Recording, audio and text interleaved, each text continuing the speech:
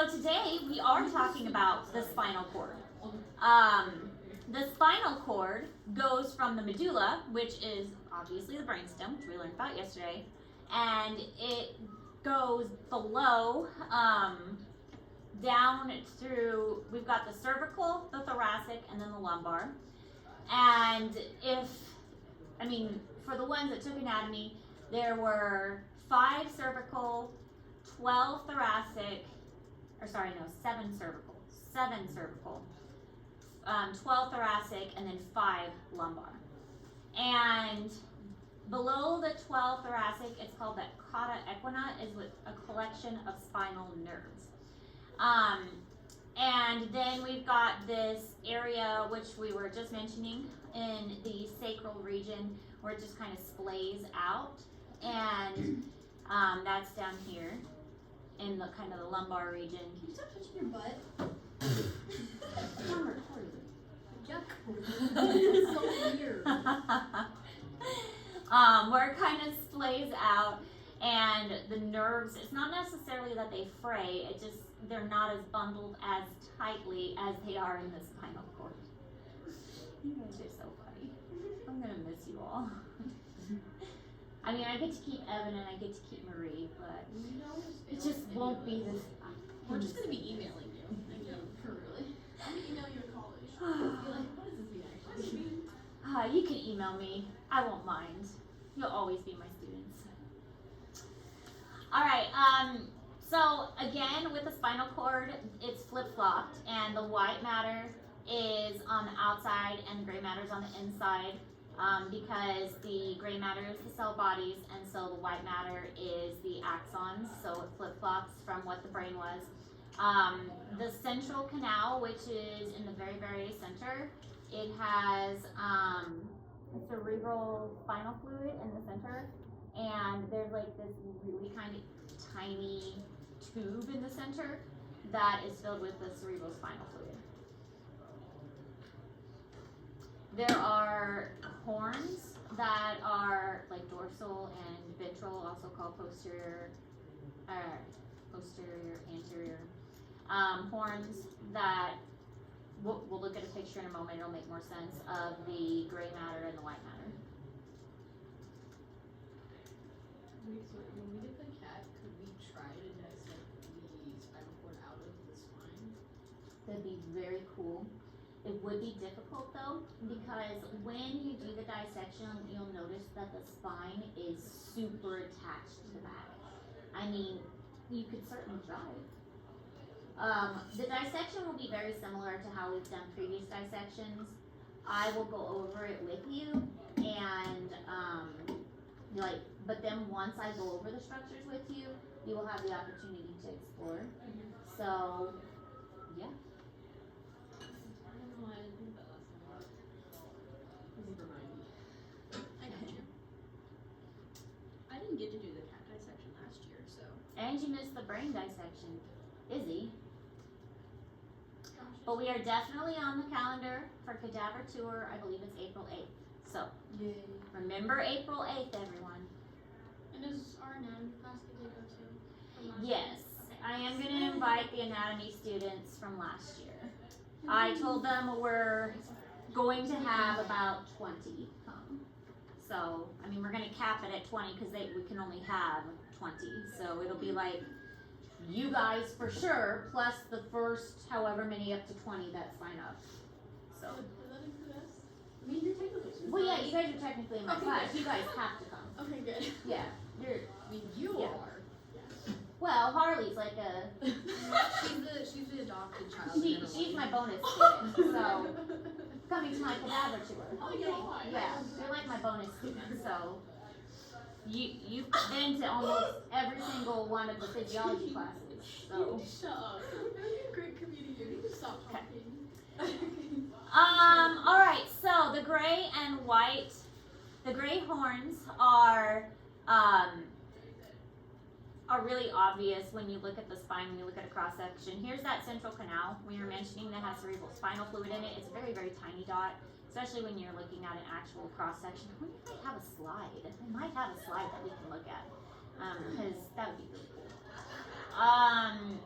So with the posterior horn for sensory processing, the anterior horn is mostly motor signals, and then the lateral horn is, and here's the lateral horn, it's very small, like the lateral horn. The other ones, the posterior horn and the anterior horn, they're much bigger. The lateral ones are kind of small. Here's the lateral right there. Lateral. Is like the sympathetic division of the nervous system, the autonomic nervous system. And then we have the columns. There's an ascending tract and a descending tract. And the ascending tract is going to carry the sensory information to the brain, and the descending tract is going to carry the motor commands from the brain. So one of them like goes up to the brain, and one of them is going to come down from the brain to carry that information. So one going up, one coming down.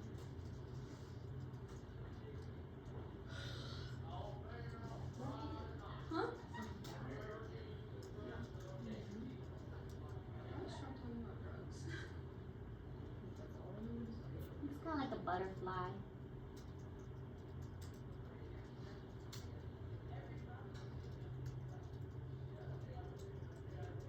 I always thought the spine was not very well put together, considering how important it is.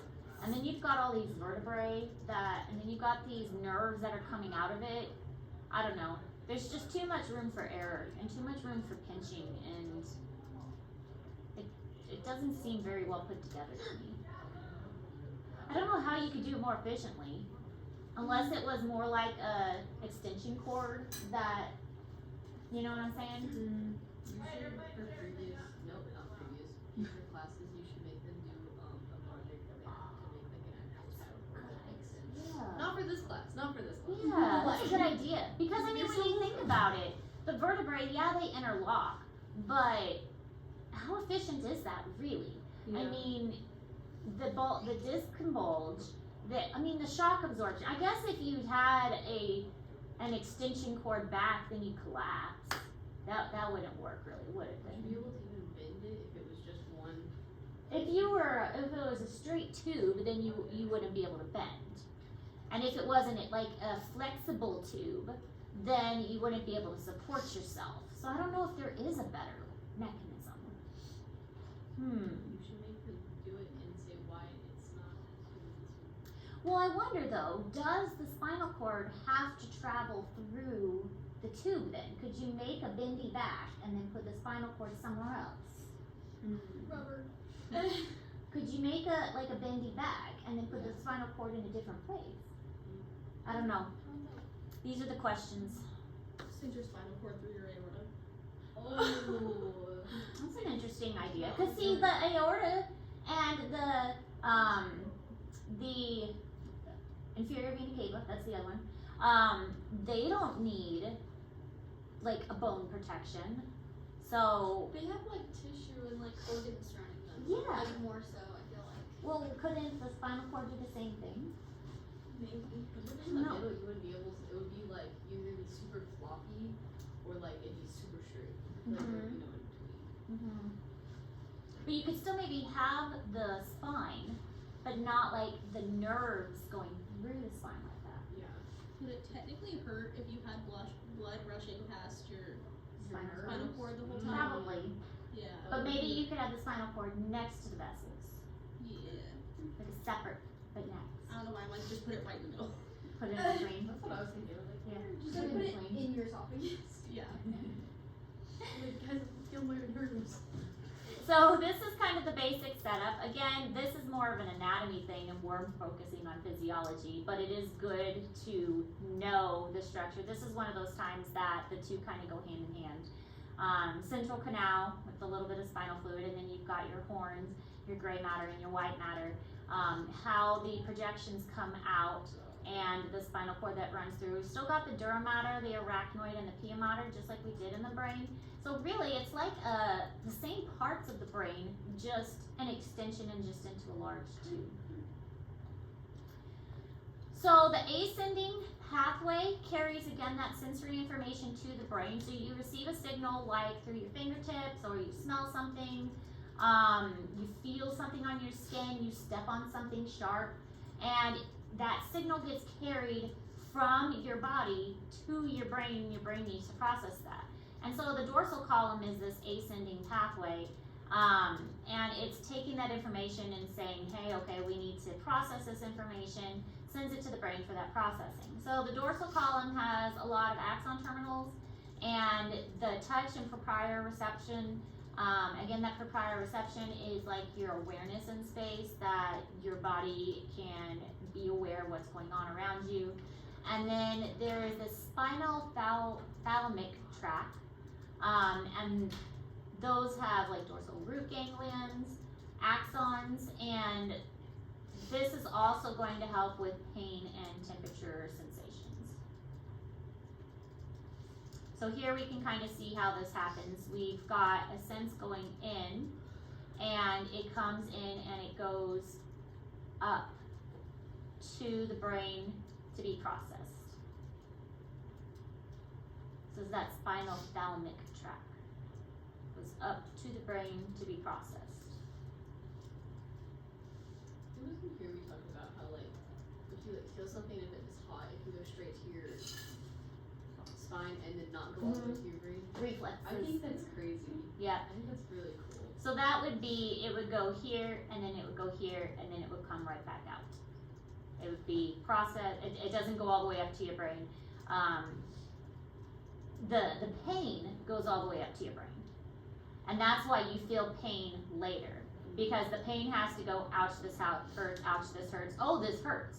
But oh, I gotta pull my hand away, oh, I gotta pull my hand away, okay, pull my hand away. So that's why the pull the hand away is faster, but the ouch, this hurts, okay, this hurts. That's why the pain comes later. Because that's gotta go all the way to the brain to you to figure out it hurts. Whereas you pull your hand away faster, that just goes to the spinal cord and comes right back. So.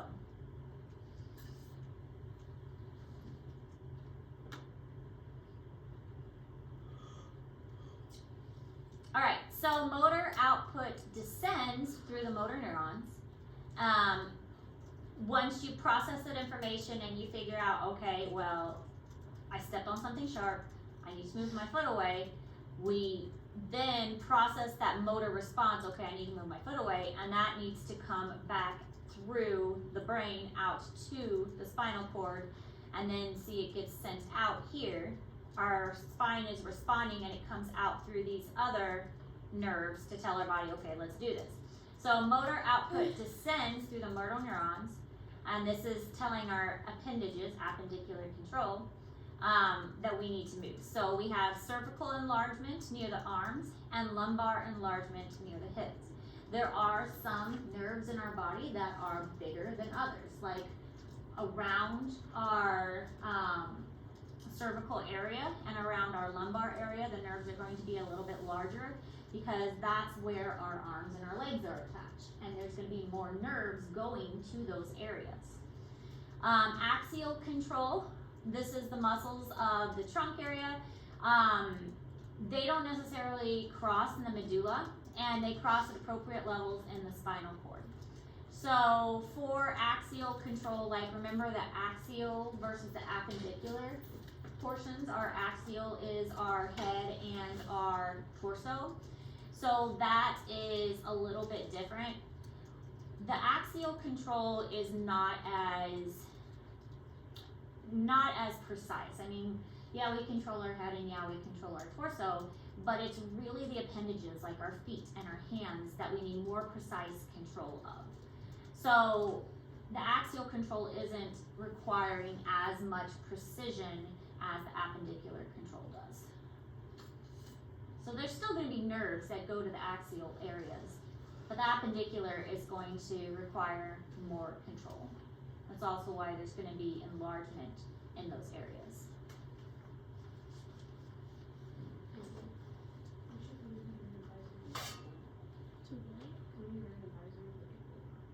Oh my gosh, can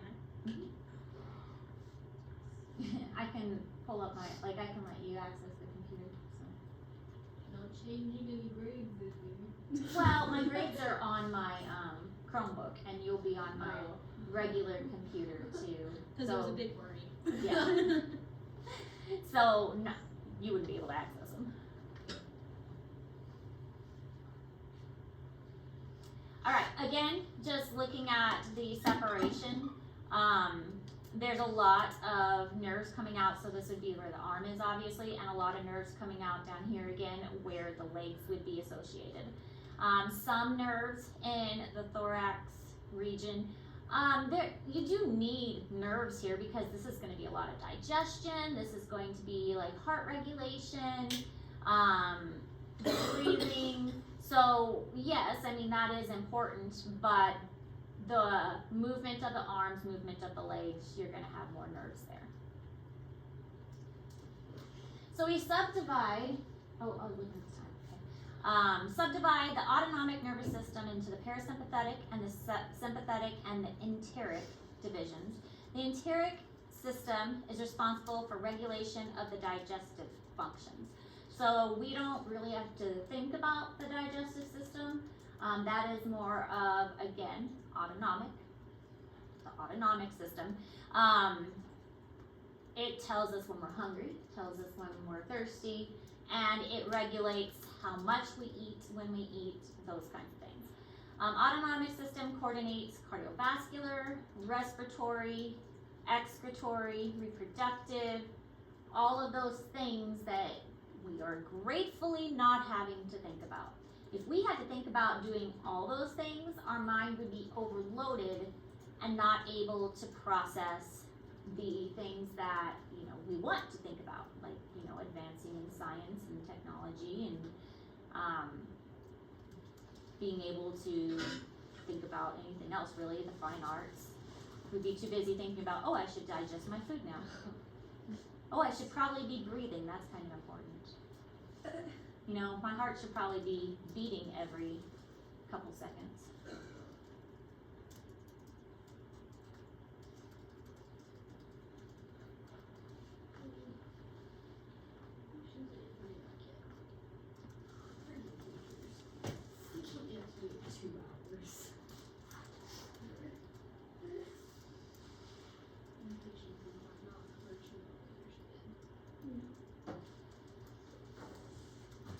I need Miss Hayes-Camp to answer one of my emails.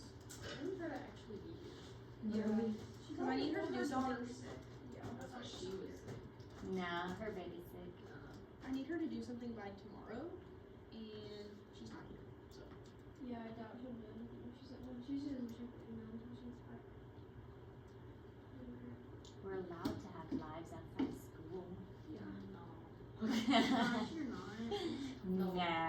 Apparently some teachers Seriously, I do. feel like you're the only teacher that I can picture having life outside of school because I've actually talked about it. Well, that's why I talk about it, is so that you guys can realize that we do have lives outside of school. I talk about it so that you guys can understand that we're people too. You have a very busy life outside of school. Also, I think I have fun stories to share. Yeah. But I do that so you guys realize that we're not just some teacher who just stands up there. We're people too. And we have crazy, eccentric, real issues. We'll stop there because we're almost out of time. So we'll stop there for today. But yeah, that's what